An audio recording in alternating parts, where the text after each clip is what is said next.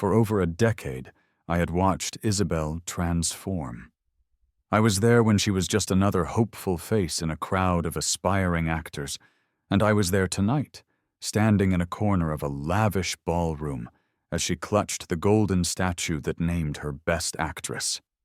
From small, forgotten roles to this glittering peak, I had been a constant presence. And tonight, after the last of the champagne was poured and the final congratulatory kiss was placed on her cheek, I was going to end it. My plan was simple.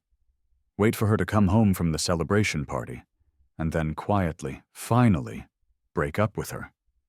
But that night, she never came home. The following morning, the headlines did the talking for me.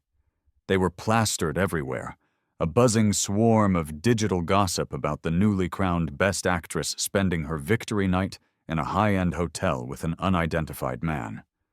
That was my cue. I decided to make my exit just as quietly as I had planned, but without the final conversation.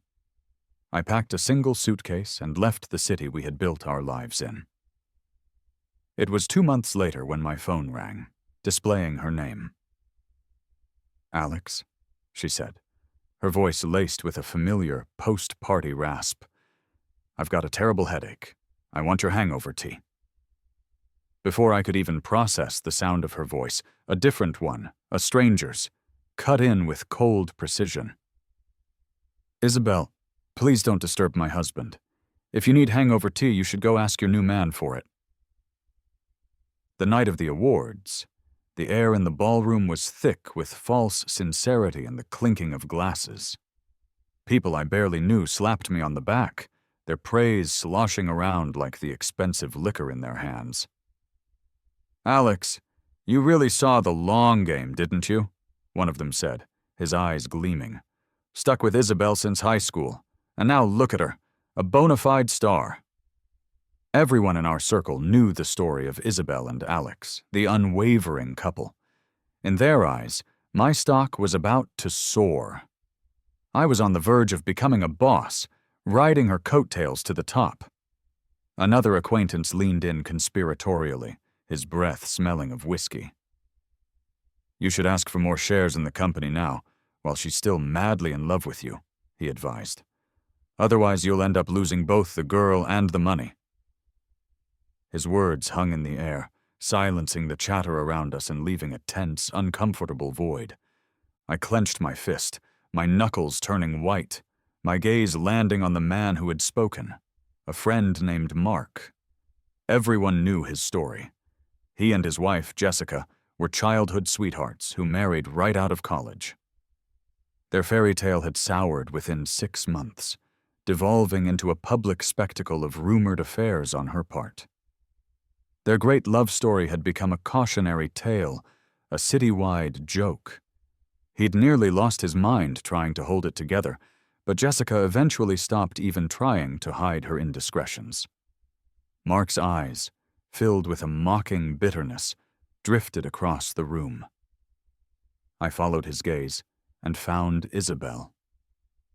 She stood there, radiant in a simple white gown, holding a flute of champagne and smiling as a man spoke to her. She let out a soft, melodic laugh at something he said, and for a fleeting moment her eyes held a tenderness I hadn't seen directed at me in years. I knew the man all too well. It was Leo, her junior colleague at the agency. They stood next to each other, and although they maintained a respectable distance, they looked like a perfectly matched set. If I hadn't been her boyfriend for the last 10 years, I would have thought they were the couple everyone was celebrating. As if sensing my stare, Leo's eyes met mine across the crowded room. A smug smirk played on his lips before he deliberately turned his back to me, leaning in closer to Isabelle. She glanced over her shoulder, her eyes sweeping past me with an indifference that felt like a physical blow. It was the look you give a stranger, a piece of furniture. That single, cold glance was all the confirmation I needed. The love was gone.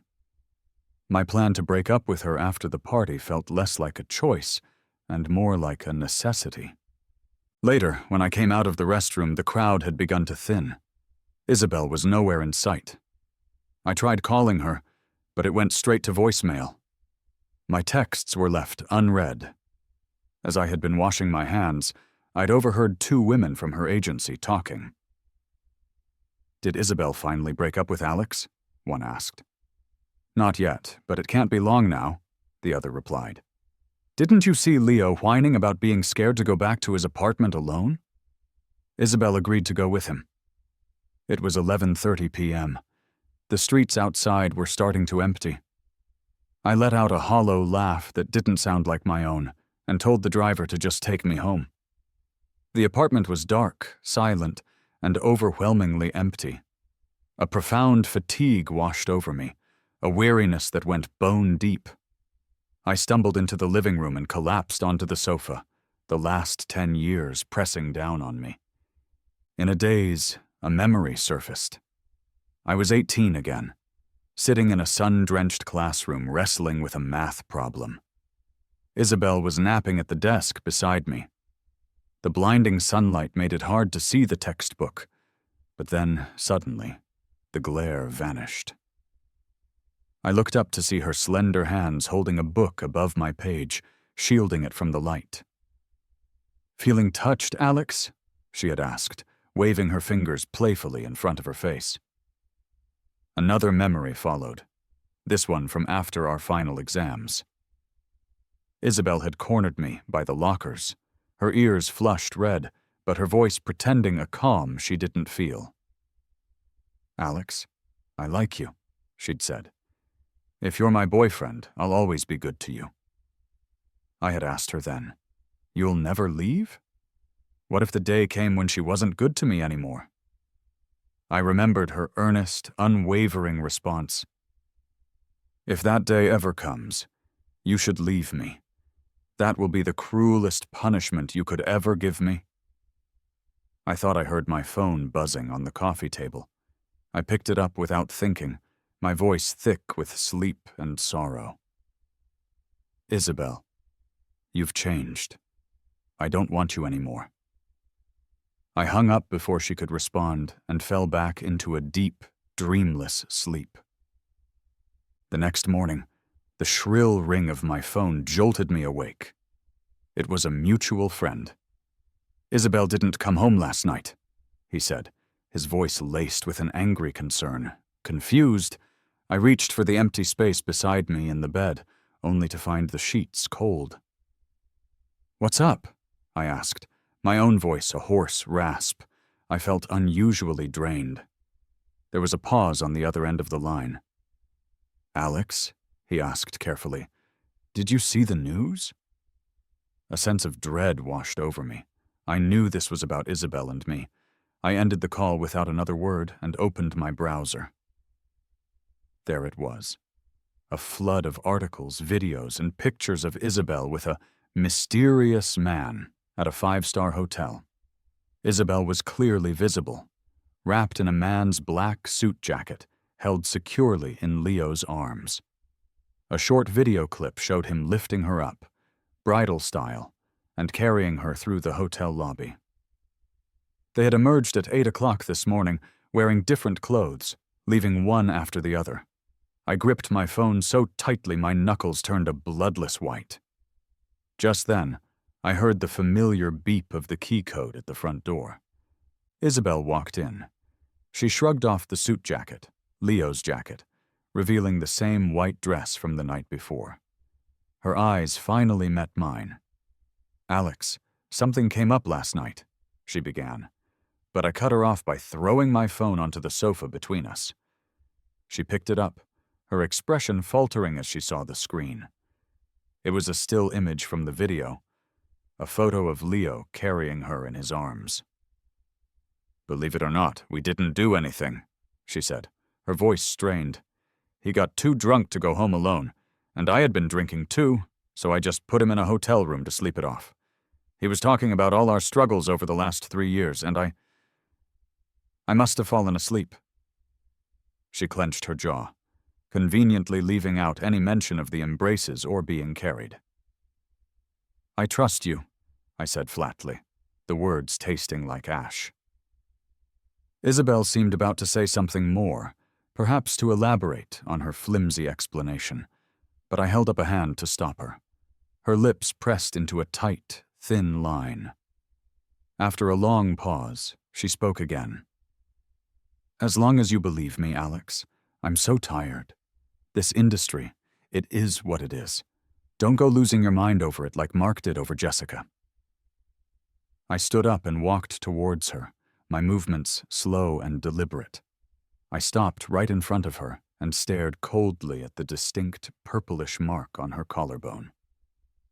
A hickey. "Isabelle," I said, my voice dangerously quiet. "If you don't want me to turn into Mark, then let's break up." Isabelle frowned, her expression hardening. She stared directly into my eyes, and then, to my astonishment, she laughed. It was a short, incredulous sound. "Alex, I just won Best Actress. There's going to be a lot of gossip, a lot of rumors. Are you going to threaten me with a breakup every time something like this happens?" Even though I knew she was no longer the 18-year-old girl who promised to always be good to me, the words still stung, a sharp, suffocating ache in my chest. I managed a wry smile. "If you think it's a threat, let's just try it and see what happens. Don't worry," I added, my voice devoid of emotion. "After we break up, I'll be an ex you can count on. I won't care who you're with." Without looking at her again, I turned and walked towards our bedroom to start packing. I didn't have much I needed to take, just the essentials. But leaving everything behind might look like I was playing hard to get, a dramatic gesture meant to be reversed. So I decided to pack it all, with the intention of throwing most of it away later.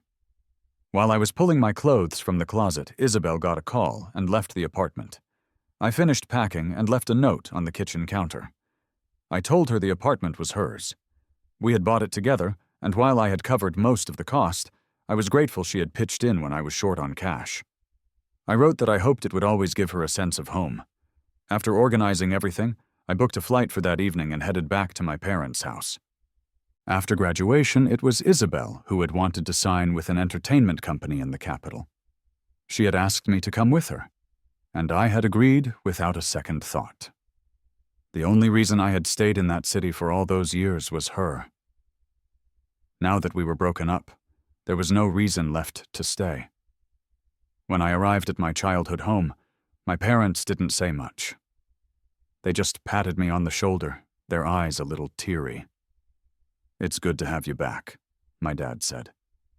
Everything at home was exactly as I had left it. My room looked just as it had 3 years ago when I'd last visited. A perfect time capsule. It felt like I had rewound my life, and I was immediately wrapped in a long-lost warmth and comfort. When my younger sister heard I was back, she rushed home from her university classes the next day. She announced there was a gathering with her girlfriends and insisted I come along. I thought about it for a moment. I knew them all. Some of them had practically grown up at our house, calling me their big brother. So, I agreed. They weren't the least bit shy when they saw me. "Big Brother is back!" one cheered. "Great, now we have someone to watch over us." Another chimed in. "Big Brother, are you staying for good this time?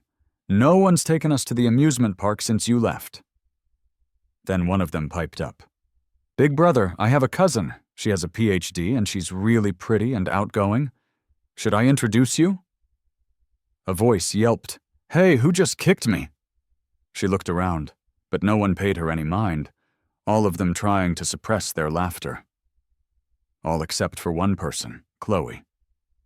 Chloe's eyes met mine from across the table, and they were filled with a storm of complex emotions I couldn't quite decipher. My sister cleared her throat gently beside me, as if to snap Chloe out of a trance. "Alex, welcome home," Chloe said, her voice soft and silky. It swept over me like a feather, leaving a tingling warmth in its wake. I could feel my cheeks burning, a blush that was completely beyond my control. Maybe it was the alcohol. But watching Chloe, her own cheeks flushed from the drinks, she looked incredibly delicate and inviting. She rested her cheek on her palm, gazing at me with that unreadable expression that stirred something dormant within me. Snapping back to reality, I shook my head slightly, trying to clear my thoughts. As the night began to wind down, my sister got a call. There was an issue with a student at her school, and she had to rush back. She asked me to make sure everyone got home safely. I was going to do that anyway. They were just a group of young women, and I wouldn't feel right leaving them to fend for themselves. I hired a driver to take them all home, one by one. Eventually, it was just Chloe and me left in the car. It hadn't been obvious earlier with everyone chattering around us, but now, in the quiet, enclosed space, I was enveloped in her unique, subtle scent. My throat suddenly felt tight. As we neared her house, Chloe suddenly asked, "Alex, why were you staring at me all night?" I nearly choked. Kids these days were so blunt. I didn't answer. She lowered her eyes, a sad look clouding her features. Seeing her so downcast, my heart gave a sharp, unexpected ache.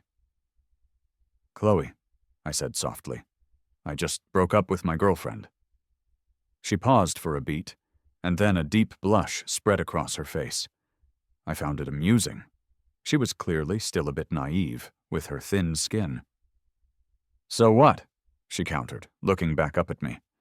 "Who made a rule that you can't start dating just because you broke up? For you, it was just a breakup. For me, it was a 10-year wish coming true." When she said that, she seemed to become lighter, as if a great weight had been lifted. The darkness both inside and outside the car created a surreal, dreamlike feeling, as if we had momentarily escaped reality. Maybe it was her comforting scent, or maybe it was the lingering effects of the alcohol, but by the time I realized what was happening, we were kissing. Our rapid breaths tangled together, indistinguishable from one another. She was dazed from the intensity of the kiss, and let out an unsteady sound, a soft plea for an end to our heated exchange. But I held the back of her head firmly, deepening the kiss. Her frantic breaths and the frantic beating of her heart filled the dark space, consuming what little restraint I had left. Finally, something inside me snapped. "Chloe, you can still back out now," I murmured against her lips.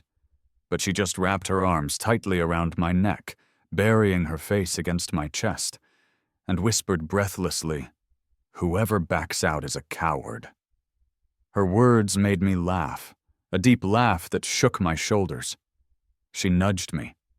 "Hey, how long are you going to laugh?" I looked her directly in the eyes and barked twice like a puppy. She instantly understood the implication, and her face turned a shade of crimson that was visible even in the dim light. In the days that followed, I didn't see Chloe in person. I remembered what she'd said when I dropped her home that night. She told me she would wait, no matter how long it took, but she hoped I wouldn't make her wait too long. She'd already waited 10 years, after all. I knew that a decade was a precious, irreplaceable slice of any person's life. I had to take responsibility for my actions, especially since I had initiated that kiss. Though we hadn't met again, we were in constant contact. We chatted throughout the day, morning, noon, and night. Whenever one of us found good food, we'd order takeout for the other. If a place didn't deliver, we'd buy it and have a courier send it over. As a man, I couldn't just let a woman do all the giving. I knew she liked roses, so I sent her different varieties every few days, hoping the small gesture would make her happy. When my sister found out it was Chloe I was talking to, she was silent for a long while. Then she told me that Chloe had liked me since the very first time she came over to our house as a teenager. But I was already with Isabelle then. So Chloe had kept that feeling buried deep inside. She never really hid it, but it was a quiet, constant presence that never faded. Over those 10 years, Chloe hadn't seriously dated anyone. My sister was convinced she was waiting for me, though Chloe always insisted she wasn't waiting on purpose. She just hadn't met the right person. My sister warned me, when someone has liked a person for that long, finally getting them means they can't bear the thought of losing them. Don't you dare hurt her. Be clear with her, even if you don't end up loving her. I knew, even without my sister's warning, that Chloe was different from Isabelle. Her affection was deep and restrained, never asking for anything in return. If we were going to be together, I wanted her to have all of me. A couple of days later, just after I had ordered a bouquet of rare blue roses for Chloe, I got a call from a friend. "Alex, you've been home for a while now. When are you coming back?" The call struck me as odd. This particular friend was mainly Isabelle's friend. We never spoke privately. Still, I answered politely. "I probably won't be going back. What's up?" "Oh, nothing really," he said, a little too casually. "It's just that lately, at gatherings, Isabelle has been coming alone. We haven't seen you in a while, so we were just asking. Also, isn't your company based here? Can you be away for so long?" Hearing that, I realized what was happening. Isabelle probably didn't want to call me herself and had gotten someone else to test the waters. "I broke up with Isabelle," I stated plainly. "She should have told you guys. Please don't contact me about this anymore." Meanwhile, in a private club back in the city, Isabelle heard my familiar voice coming from her friend's phone. It was different from the cold, indifferent tone she had grown used to from me lately. It reminded her that before we had started dating, I had always been decisive and emotionally detached. Her friends gathered around her, watched her face carefully. "Isabelle, why don't you just call Alex?" one of them suggested gently. "He loves you so much he'd be happy to hear from you." Isabelle put her glass down with a sharp click. "Just because I went to a hotel with Leo, he broke up with me," she snapped. "Leo is my junior. We have so many opportunities to be together after his debut, maybe even form a group. But he gets worked up over every little thing. Who can deal with that? If he wants to break up, then fine, let's see who can handle it." With that, she stormed out, leaving her friends exchanging worried glances and sighing at the helplessness of the situation. When Chloe called, I was in my room drawing comics. I've loved drawing since I was a kid. My parents even signed me up for all sorts of art classes: Chinese painting, oil painting, sketching. But I loved comics the most. After graduating from college, I didn't get a regular job. I became a full-time comic artist, even turning the love story of me and Isabelle into a series that got signed by a publisher. After Isabelle and I broke up, I hadn't updated it in a long while. The fans were getting antsy. Every story deserves an ending, no matter what that ending is. I owed that much to my readers. "Alex," Chloe's cheerful voice came through the phone, "let's go get some crab roe noodles." After a long day of work, just hearing the suggestion was enough to get me excited. Plus, after chatting with her online every day, I realized I kind of missed her. "That place you took me and my friends to last time," she added. "It has the best crab roe noodles." Hearing that, I smiled and nodded to myself. "Okay, let's go. Come pick me up." When I saw Chloe, the stress of the day seemed to melt away, replaced by a sense of calm. Today, she had her shoulder-length hair tied up in a bun, making her look youthful and incredibly cute. She came hopping towards me like a little bunny, and my heart skipped a beat. The crab roe noodle place was packed, so I found her a seat, got her a glass of sour plum juice, and went to stand in the long line. With her pretty face and vibrant energy, sitting there alone, she attracted a lot of glances from other guys in the restaurant. A couple of them were even bold enough to go up and ask for her contact information. She just pointed in my direction. I couldn't hear what she told them, but I saw them back off immediately after looking at me. When I brought the 2 steaming bowls of noodles back to the table, I asked her what she had said. She leaned her head on her hand, a sly, mischievous smile playing on her lips and a twinkle in her eyes. "I told them I've got a boyfriend who's pretty awesome," she said, "and he wouldn't let me add any other guys. I told them I'd be in big trouble." Watching her casual gestures and hearing the clear hint in her words, it felt like a large stone had been dropped into the calm lake of my heart, sending ripples spreading out over and over again. At a private club across the country, Isabelle was drinking with her friends when someone suddenly exclaimed, "Isn't that Alex?" Isabelle looked up quickly as a friend held out their phone, seemingly confirming something. After seeing the content, the person glanced nervously at Isabelle and, staying silent, handed the phone to another friend, not daring to be the one to upset her. That friend reluctantly passed the phone to Isabelle. It was a photo sent by someone who had spotted me. It showed a man who looked exactly like me. Isabelle stared at the picture. Even if I were reduced to dust, she would recognize me. I was sitting in a noodle shop eating crab roe noodles and smiling. The smile reached my eyes, the very same way it always had, and the small mole by my eye was unmistakable. "Isabelle, a photo doesn't mean anything," one friend said quickly. "We all know Alex barely has any female friends. It's only been you all these years." Another chimed in, "Yeah, Isabelle, it could just be a classmate Alex met up with for a meal." Suddenly, Isabelle threw the phone against the floor, shattering the screen into a spiderweb of cracks. Her friends immediately fell silent. While other people might not know, Isabelle knew exactly who that girl was. She remembered her. During a summer break in high school, when I had taken her home with me to play video games, she had met Chloe. The way that girl looked at me back then was the exact same way Isabelle herself looked at me. A woman's instinct about these things was crystal clear. But back then, I was entirely devoted to her.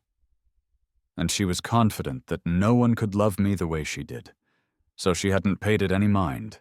Isabelle still remembered the day I decided to move to the capital with her. She had gotten a call from someone who called herself Chloe. The girl had basically told her to treat me well and make me happy.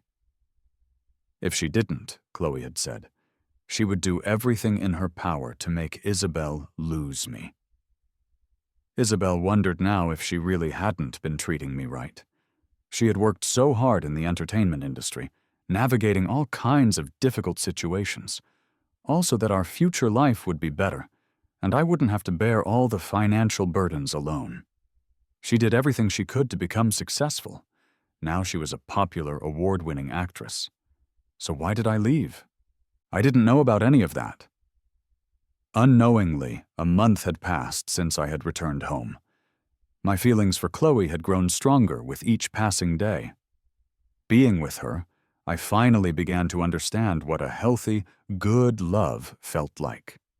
She made me feel emotionally stable. She encouraged me to open my heart. She made me more confident and curious about the world around me.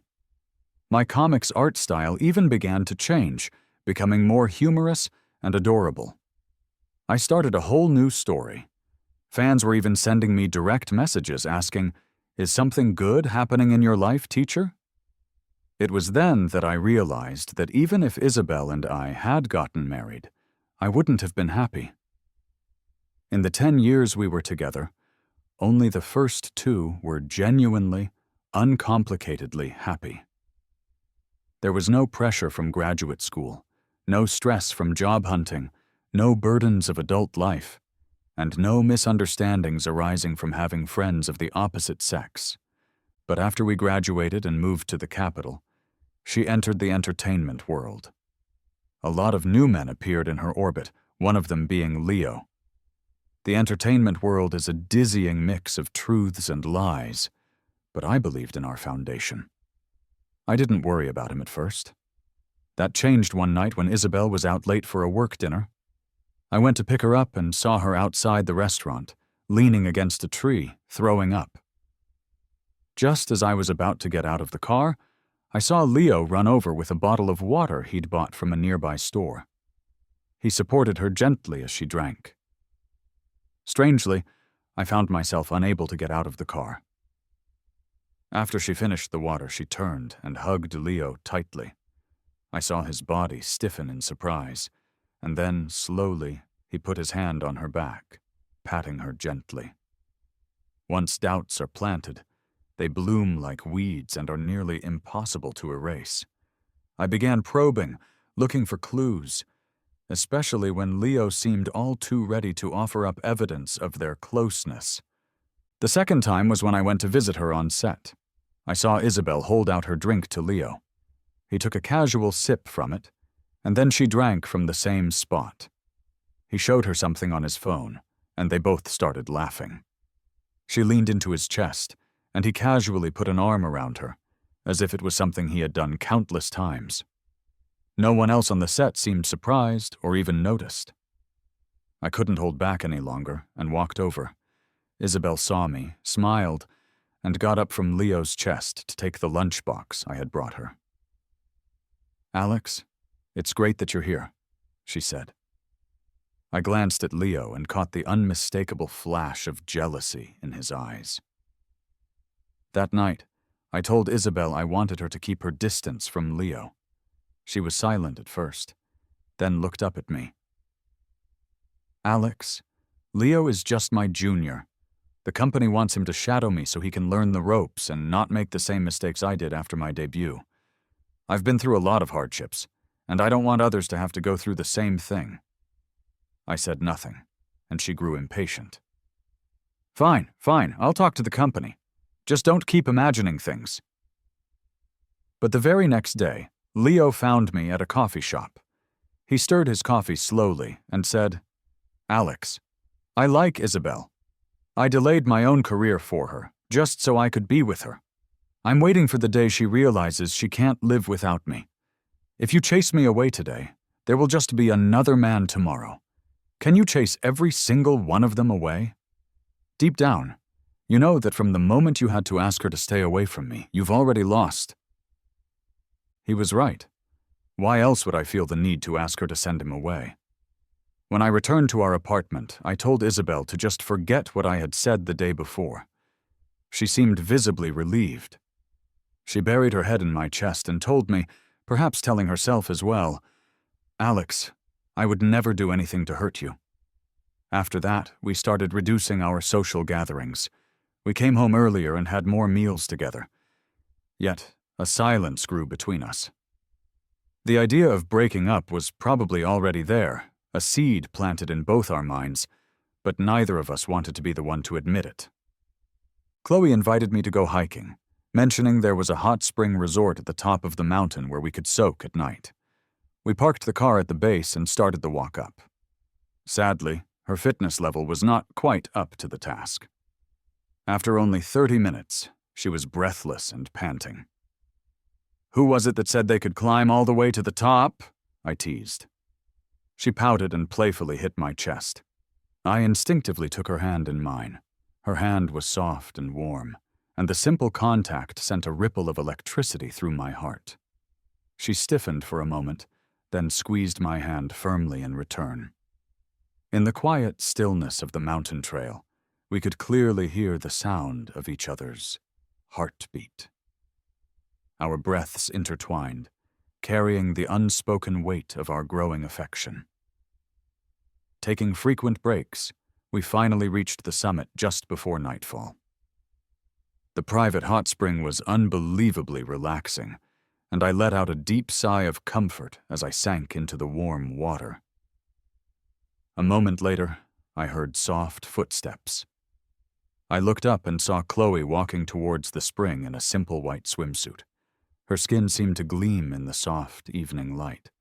Her smooth legs and the soft glow of her silhouette were truly mesmerizing. It was quite a sight, and I quickly looked away to avoid staring like a fool. "Oh, you're silly," she laughed at my reaction. I turned back to look at her, staring into her eyes, which were as bright as stars. I was completely enraptured.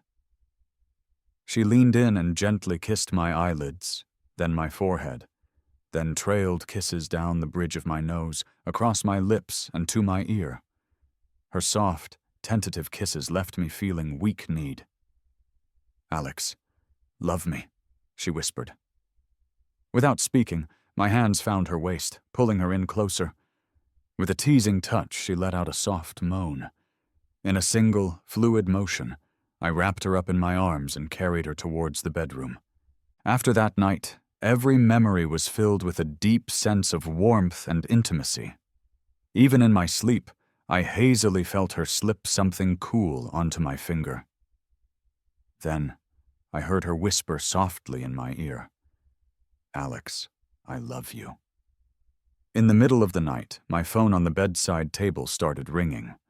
I mumbled something incoherently, and Chloe gently covered my ears with her hands, saying softly, "Go back to sleep, don't worry about it."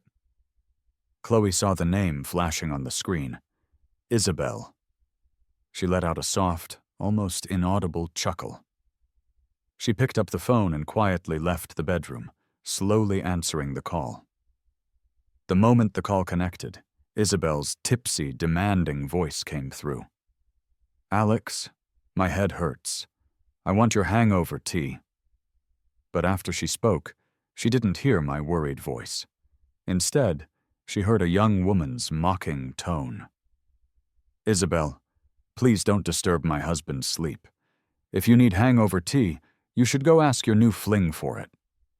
It was 1 o'clock in the morning, and my phone was being answered by a woman. The implication was stark and unavoidable. It felt like a bucket of ice-cold water had been poured directly over Isabelle's head. She felt cold all over and found it difficult to breathe. Her hands clenched into fists, trembling slightly with the effort. "Chloe, it's me. I want to talk to Alex." Chloe glanced back at the sleeping man in the room, her eyes softening into a gentle gaze. Even her voice became tender. "Alex is asleep. I'll tell him you called in the morning, but whether he calls you back or not is up to him." After hanging up, she returned to the room and planted a gentle, possessive kiss on my lips as I slept. The next morning, I instinctively pulled her closer by the waist and felt something cool and unfamiliar against my fingers. Reaching over, I found a simple, elegant men's ring on my finger. Chloe was snuggled in my arms and asked softly, "Alex, can I marry you?" Her body trembled slightly. The playful, cute girl from before was gone, replaced by a woman trying her best to appear calm while looking straight into my soul. I was taken aback. "This silly girl." "Silly girl," I murmured. "You're taking my job." She was stunned for a moment, then burst into laughter, clutching her side and silently accusing me of last night's shenanigans. "Who said only guys can propose?" she countered. "Girls can propose too." I laughed and nodded. Everything she said was true. I had always wanted to marry Isabelle, but she had always insisted that we needed to be successful in our careers first. I promised her I would marry her when my comics finally took off, and she said that on that day, she would marry me from the pinnacle of the entertainment world. I didn't say anything more about it. I just kept on drawing, patiently waiting for her. I waited for her to win an award, only to find that, in the process, her heart had turned towards Leo. The truth is, all I ever really wanted was to marry her. Even if my comics never blew up, I would have worked hard to give her a good life. I didn't need her standing at the top of some imaginary mountain. Isabelle never understood that, but Chloe did. Looking into her tear-filled yet smiling eyes, I made a silent promise. "Chloe, I won't let you down. Let's walk into the future together." Chloe was as happy as a child who had just been given a giant piece of candy. She quickly got dressed and started pulling me towards the door. I asked her where we were going. "To meet the parents," she announced. I panicked, pulling her back. I hadn't even bought a gift, and shouldn't we plan something like this out? Chloe's face immediately dropped, like a kid whose candy had just been snatched away. She looked so sad and pouty that my heart melted. "Fine," I sighed. "Let's go meet them." Worst-case scenario, I'd get teased by my sister forever for letting my girlfriend propose and drag me to meet the parents first. If I hadn't seen Isabelle sitting in my parents' living room, I might have thought we would never meet again in this lifetime. She was sitting on the couch, complaining to my parents about me with teary eyes. The moment I opened the door, her eyes lit up with hope. But that light was extinguished the second she saw Chloe standing behind me. My sister quickly pulled Chloe aside, saying, "You didn't need to bring anything, sis-in-law." She said it pointedly, in a way that was clearly directed at Isabelle. If it weren't for Isabelle's presence, my sister would have been teasing us relentlessly. Isabelle stood up, her expression calm, as if nothing had happened between us. She called me by a special nickname only she used. "Alex."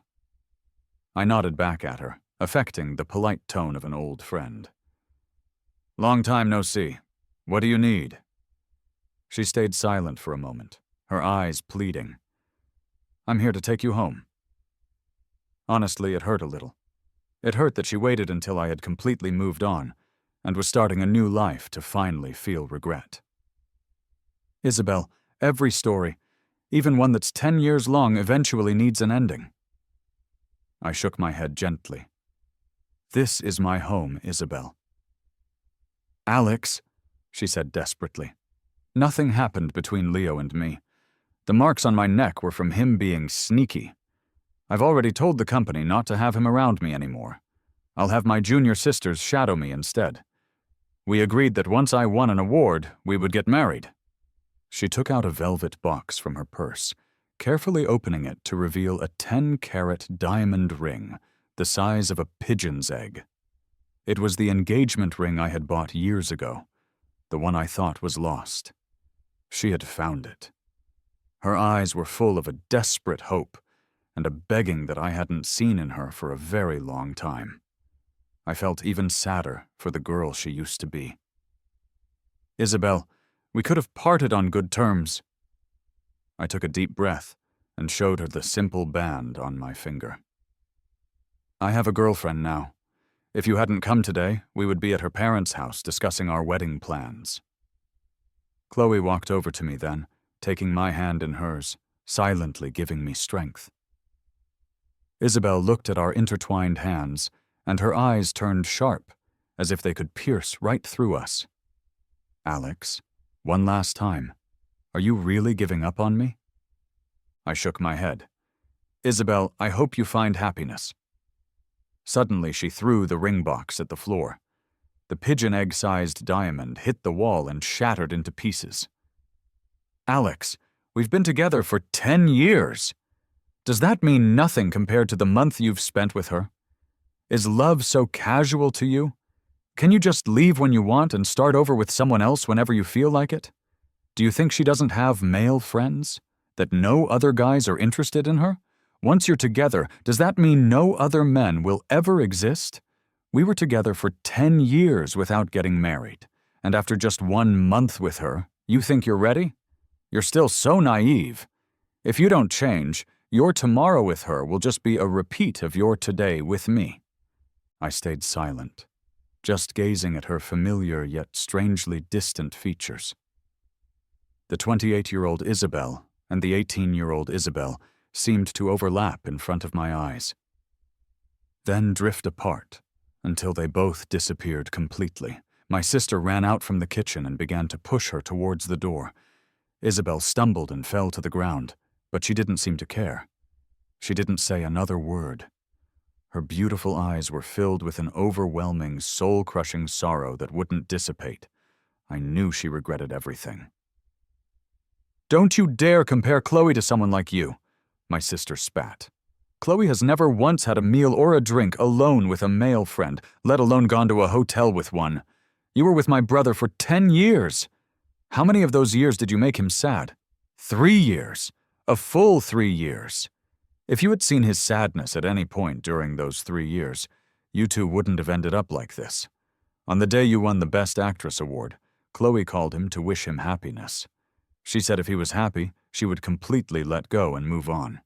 But what happened? My brother got drunk that night and confessed that you had been treating him poorly for a long time. Chloe wanted to rush to the capital to find him. I was the one who stopped her. Do you realize that the 10 years you had with him were the same 10 years that someone else loved him desperately, but couldn't have him? I stopped my sister, shaking my head at her gently. In that moment, I didn't even feel sad anymore. To me, Isabelle was now just a stranger from a past life. Isabelle, I apologize on behalf of my sister. I hope you can forgive her. She's very protective of her brother. You should go now. Please don't come back. Isabelle just stood there, quietly, her lips turning pale. Her eyes slowly closed, and when she opened them again, they were bloodshot. Chloe gently hooked her pinky finger with mine. I turned my head to look at her. Her eyes had a bright, reassuring sparkle, and she smiled with a radiant glow. Her smile was infectious, making the corners of my own lips curl up involuntarily. In the moment Isabelle saw Alex and Chloe smile at each other, she finally, irrevocably realized that Alex no longer loved her. She had never imagined a life apart from Alex. He was the moonlight of her youth. She once dreamed of nothing more than marrying him. When did it all change? Was it because Alex didn't understand how tough it was for her in show business? Was it because Leo always showed up exactly when she needed someone, talking with her, walking her home? The look in his eyes holding a light that always made her pause. Was it each time she and Leo smoothly closed a deal with a production company while entertaining clients together, making her question if someone outside the industry like Alex was really right for her? Was it when she drunkenly stumbled into Leo's arms? Was it when Alex asked her to cut Leo out of her life, and she hesitated? Was it when the company went public and she was secretly scared of Alex bringing up the topic of marriage? She had thought these small moments of straying wouldn't affect their endgame. She thought that as long as Alex didn't point it out, they could just go on pretending nothing was wrong. But Alex knew everything. He was just waiting for the right moment he had chosen to finally end it with her. On the day I married Chloe, I received a text message. It said, "Wish you happiness." And also, "I'm sorry." I knew it was from Isabelle, but I felt nothing inside. I quickly deleted it, worried that Chloe might see it and get jealous. After we got married, Chloe and I traveled everywhere. She said we had lost 10 years, so she was going to make up for it over the next few decades. Seeing her emerge from the bathroom in a lace nightgown, I thought to myself that maybe I should start hitting the gym. That night, we saw the aurora borealis. The vivid, ethereal glow had traveled across the universe to meet us in that specific place at that specific time. Just like Chloe and I had finally found each other after a decade of waiting. The day we found out we were expecting a baby was a complete surprise. We had planned to head to Switzerland after seeing the Northern Lights, but Chloe suddenly felt ill, vomiting and feeling faint. I thought she had gotten food poisoning and rushed her to the nearest hospital. The doctor asked about her symptoms and then calmly suggested we visit the obstetrics department for a blood test. We both looked at each other, our eyes wide with surprise and disbelief. Our travel plans fell through, and we went straight back home to focus on the pregnancy. 9 months later, Chloe gave birth to a beautiful little princess. Even though the delivery went smoothly, seeing Chloe drenched in sweat and exhausted scared me to death. I secretly went and got a vasectomy, swearing to myself that I would never let her endure that kind of pain again. When she found out, she hugged me and cried for what felt like an eternity. Then she dragged me to a hotel, and we stayed there for 3 days straight. Isabelle's epilogue. When I got back to the capital, I went to find Leo. I gave him 2 choices. Either he leaves the company, or I do. Leo hugged me, saying he would do anything as long as we could stay together, as long as I didn't leave him. I told him that if he stayed with me, Alex would never forgive me. Leo was stunned, and then he got angry. "Isabelle, you clearly loved me already, so why are you pushing me away now? Alex left because he knew your heart wasn't with him anymore." It felt like something was stuck in my throat, and everything I tasted was bitter.